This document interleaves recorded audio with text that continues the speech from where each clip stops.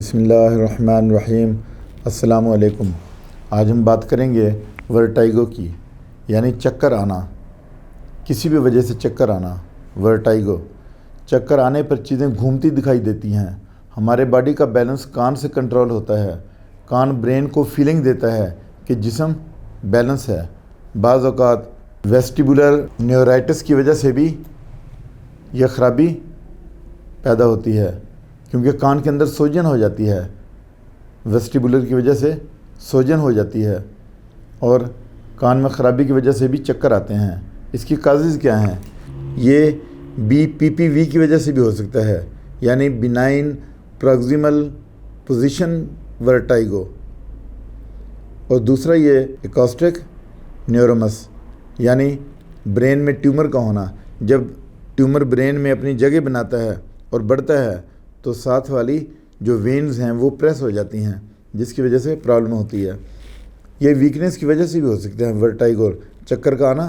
خون جسم میں کم ہو گیا، کسی وجہ سے کمزوری ہو جاتی ہے تو ورٹائگو اس وجہ سے بھی چکر آتے ہیں۔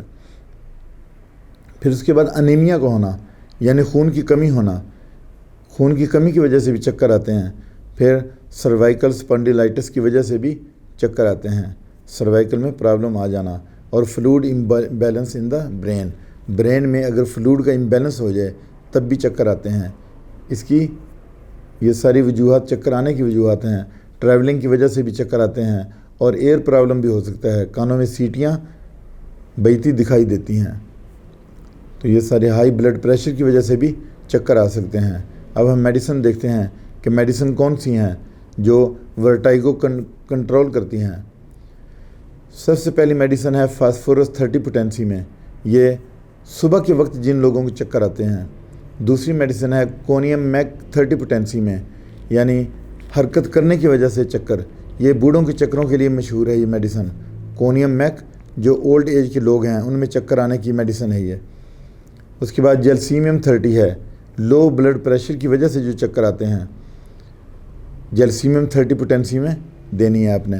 اس کے بعد کاکولس انڈیکا 30 پوٹینسی میں، یہ بھی ہر قسم کے چکر، سفری چکر، کسی بھی قسم کے، کاکولس انڈیکا۔ اور ایک اور میڈیسن ہے ریکوے کمپنی کی R29، اس میں کافی میڈیسن شامل ہیں R29 میں، تو یہ آپ 15 ڈراپس دیں گے تھوڑے سے نیم گرم پانی میں نا، 15 ڈراپس۔ اس کے ساتھ ہی آپ سے اجازت چاہتا ہوں، اپنا خیال رکھیے گا، اللہ حافظ۔